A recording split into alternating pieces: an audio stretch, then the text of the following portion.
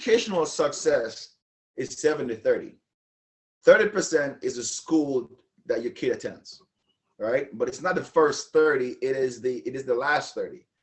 The first 70% is really based upon the kid, the parents, and their peers. All right, the kid, the parents, and the peers. Kid needs to have a solid foundation in reading, right? You know, we don't read a lot, right? We read only as needed. You need to have a solid foundation in reading. And here's why. The information presented to us in the school setting is in literary format, not pictorial form for the most part, right? So look at your brain like a muscle, right? If you are at home working out, you're doing squats all day at home, and at school, they're requiring you to do pull-ups. Are you going to do well at school when you're working on the wrong muscle groups at home? No. It's like we're at home playing basketball, and we're going to school and they're playing tennis. Our kids should be reading, like they should be voracious readers of randomness. Their vocabulary needs to be way bigger than ours ever probably will be at a very young age. And we have to understand what we're doing with this stuff, right? Because learning is really the ability to relate new information to old information. Education needs to be a priority at the home. Means that if you don't do homework, you're not getting, your Wi-Fi is basically disabled. You don't go out with your friends, right?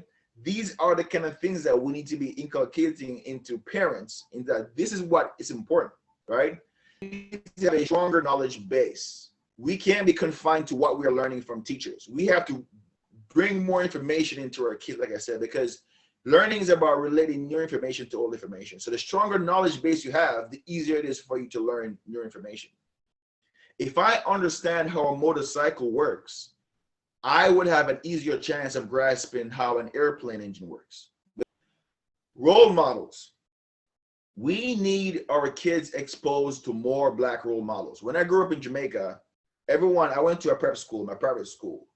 The majority of the people in my school, their parents were Black professionals. They were doctors, they were dentists. This guy, his father owned the supermarket. This guy, his father was a lawyer, doctor, you name it, right? So for us to think about being a lawyer or a doctor, it was not impossible. It was it was expected. We need to have our kid be in contact with more role models, and that's where mentors come, right? And then the last thing is your peer group.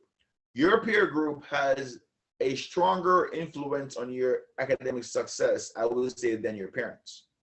You should have what's called competitive learning. You should get people who are ambitious hanging out in clubs that would encourage them to hang out with other ambitious people, right? Have clubs where they're competing, they're thinking together, and they're seeing their friends. I want to be like this guy, I want to be like that guy, and have what's called peer leadership. And that's something that we need to basically understand as parents, that 70% of educational success is really with the kid and the parents.